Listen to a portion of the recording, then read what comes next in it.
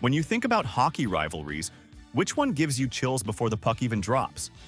USA versus Canada, right? It's the kind of matchup that makes the arena shake, the fans roar, and the players dig a little deeper. In the 2025 Four Nations Face-Off, their group stage game wasn't just another matchup. It was personal, it was physical, it was the kind of hockey that reminds you why we love this sport in the first place. But what really happened that night? Why did this single game light up the entire tournament? And how did it turn into one of the most talked about moments in international hockey? In this video, we're breaking it all down. What the Four Nations Face-Off actually is. What went down when the US faced Canada? The wild fights that set the tone, the key players who changed the game, and how that battle shaped everything that came after. So grab your sticks, tighten your skates, and get ready. Because this is the story of the night the USA took on Canada and turned a simple group game into a full-blown war on ice. If you love hockey stories filled with rivalry, fire, and heart, hit that subscribe button, drop a like, and join the Pucknuts family. Because here, we don't just watch hockey, we live it.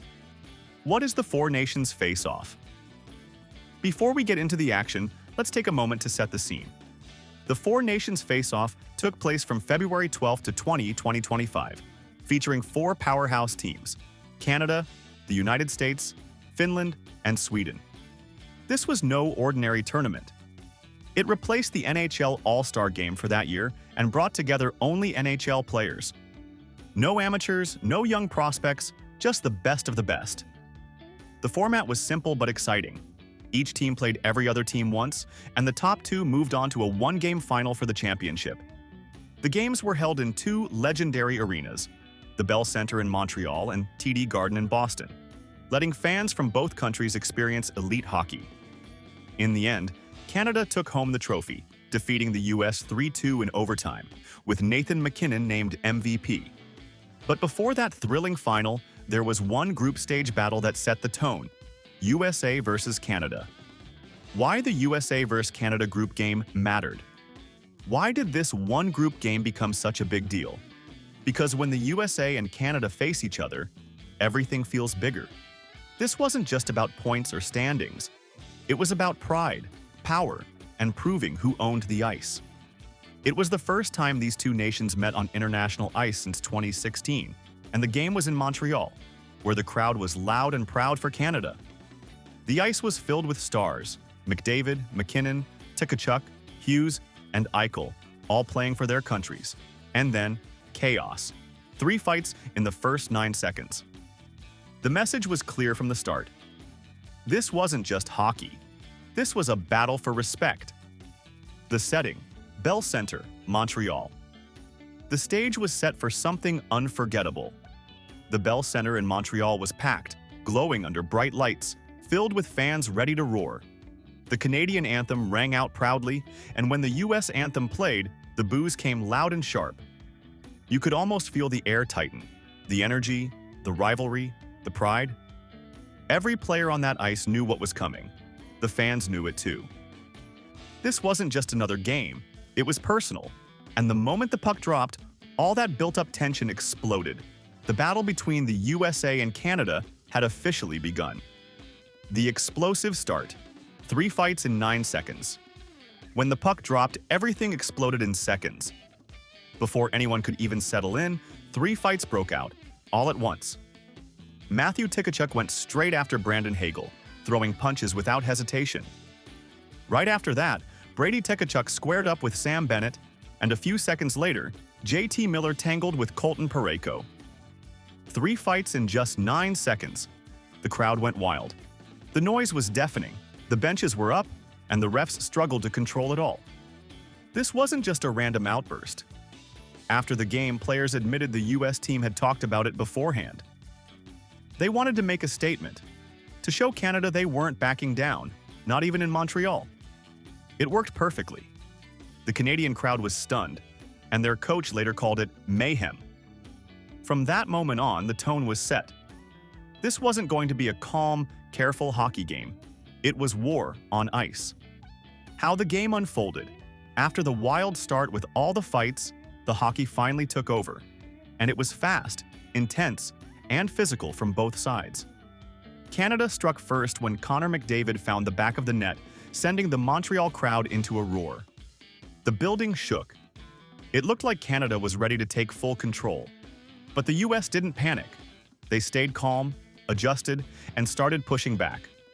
Their forecheck got stronger, their hits got harder, and they began to chip away at Canada's rhythm. Midway through the first period, Jake Guentzel tied the game with a clean, sharp shot that silenced the crowd. Then in the second, Dylan Larkin broke through and scored to give the US a 2-1 lead. From that point, the Americans locked in defensively. Goalie Connor Hellebuyck was a wall, stopping everything thrown his way. Every time McDavid, McKinnon, or Bedard touched the puck, the US defense swarmed them. Hits came hard, battles along the boards got rough, and the tension stayed sky high. Late in the third, Guentzel scored again, this time into an empty net, sealing a 3-1 win. The US bench exploded with cheers. They'd done it, beat Canada on their home ice and punched their ticket to the final. Key players who made the difference. Every great game has its heroes, and this one had plenty. Matthew and Brady Tkachuk were the heart and fire of the US team. Their early fight set the tone, showing Canada they weren't afraid of anyone. Matthew followed it up with smart, controlled play, while Brady kept bringing the heat with big hits and relentless energy. Jake Guentzel was clutch, scoring twice, including the late empty net goal that sealed the win. Dylan Larkin used his speed to break through Canada's defense and shift momentum. And Connor Hellebuyck? He was a rockin' net, blocking everything and keeping his team calm. McDavid and McKinnon had their moments, but the US game plan worked. They shut down Canada when it mattered most. The physical battle. This game was anything but soft. From the first puck drop, it was all-out physical hockey. In just the first period, there were 31 hits, 17 by the US and 14 by Canada. Every shift came with a battle. Charlie McAvoy leveled McDavid with a huge check along the boards, and Brady Tkachuk crushed Drew Doughty behind the net. The Americans weren't just fast, they were fierce. They kept hitting, forcing Canada to make mistakes and rush their passes. But it wasn't dirty play, it was smart, controlled aggression. The US took the early chaos and turned it into dominance. Every hit, every shift, every minute. Momentum and mind games. The chaos at the start did more than fire up the crowd. It flipped the whole mood of the game.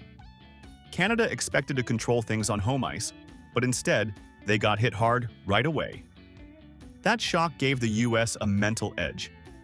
Every time a Canadian touched the puck, an American was there to bump, block, or frustrate him. By the third period, you could see it. Canada looked tired and annoyed.